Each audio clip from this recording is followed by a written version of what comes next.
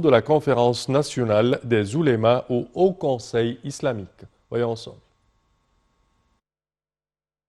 Donc, chers téléspectateurs, toujours en marge de cette conférence très importante qui porte les titres Le dialogue de religion et de culture, nous avons le plaisir d'avoir avec nous actuellement deux de grands oulémas qui participent à cette conférence. Il s'agit donc de le mufti du Mali, président de la conférence nationale des oulémas au Haut Conseil islamique. Bien sûr, c'est Dr Saïd Mohamed Baba Silla. Vous êtes le bienvenu sur NATV International. Ok, merci. Merci beaucoup. Et en même temps, nous avons le plaisir d'avoir avec nous Dr Boubakr Bassarou Touré. Vous êtes le bienvenu sur NATV International également.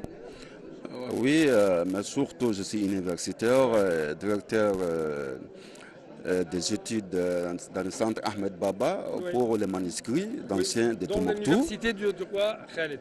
Oui, université aussi, recteur de l'université Ouad Khaled de Bamako.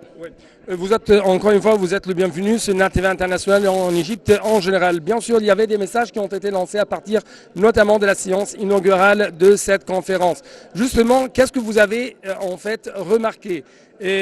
Notamment que les jeunes représentent, si je peux dire, le feu actuellement du terrorisme. Malheureusement, c'est une réalité, n'est-ce pas?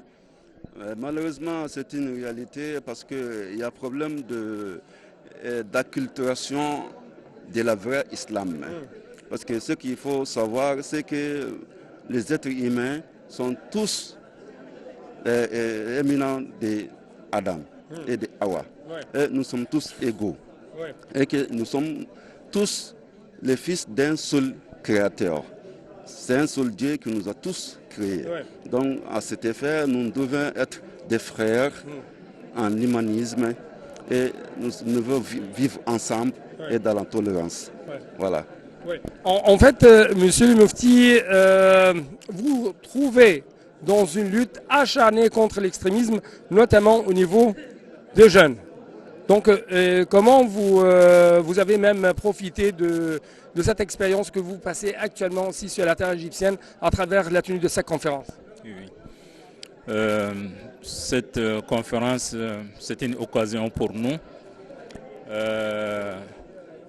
pour avoir l'expérience par rapport à la divulgation du vrai islam qui lutte contre le terrorisme parce que dans le monde actuel, pas mal de conflits religieux. Donc, nous, les musulmans, on doit travailler pour exposer le vrai islam qui prône la tolérance et la cohabitation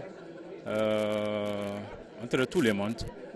Donc, notre participation dans cette conférence en Égypte ici, comme l'Égypte c'est un grand pays historique, donc c'est une occasion pour nous pour avoir l'expérience aussi par rapport à ces domaines.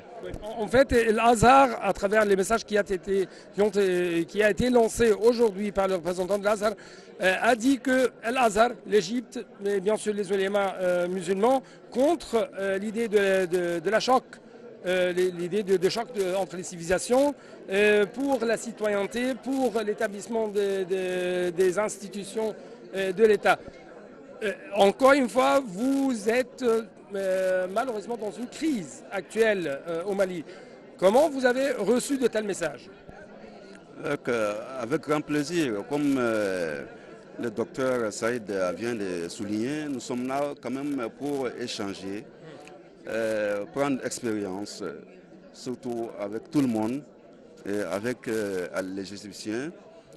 Nous avons vraiment un grand contingent des Azhar au Mali qui prône la tolérance islamique, qui prône vraiment le vrai islam à côté des éléments du Mali. Et avec ces discours, nous avons compris vraiment qu'il faut que nos pays actuels essayent de trouver les voies et moyens, des moyens à travers ce que l'islam adresse pour le vivre ensemble avec la jeunesse actuelle. Comment faire en sorte que les jeunes puissent s'en sortir avec les voies de l'islam, en travaillant correctement, avec l'esprit de vivre ensemble, l'esprit de tolérance et l'esprit de travailler avec sa sœur. Voilà, c'est En fait, le juste milieu de l'islam, les vraies recommandations de l'islam, c'est bien sûr arriver à une sorte de dialogue parce que l'islam reconnaît la diversité. Effectivement, parce que le juste milieu de l'islam, c'est ça qu'on doit travailler pour faire face de ces vagues de violence dans notre pays. Moi, je parle précisément au Mali, où il y a une crise depuis plusieurs années. Bon, cette crise s'est effectuée avec les idéologies extrémistes qui n'a rien à voir avec le vrai islam, parce que le vrai islam, c'est les assimilés. Donc, notre participation ici dans cette conférence, ça sera un atout pour nous aussi, pour travailler dans ce domaine, en coopération avec le Haut Conseil des affaires islamiques en Égypte, avec la coopération avec les Azhar aussi. Dernière question, la juste milieu de l'islam contribue toujours à la construction d'une bonne économie et d'un établissement de ces valeurs de la citoyenneté. Oui, parce que l'économie islamique est surtout basée sur la compréhension mutuelle. C'est la cohésion sociale, l'entraide et promouvoir, surtout investir. C'est ça que l'islam peut faire, parce qu'on ne doit pas garder l'argent sans faire profiter les autres. C'est ce que l'islam nous ordonne, et surtout avec la déontologie, de travailler ensemble, la déontologie au commerce, et surtout penser à son pays, aimer son pays, et faire profiter son pays des structures de chaque. Parmi les recommandations de l'islam. Je dois vous remercier infiniment pour de telles interviews. Merci beaucoup. Merci, c'est gentil à vous. Et nous sommes très fiers d'être là ici.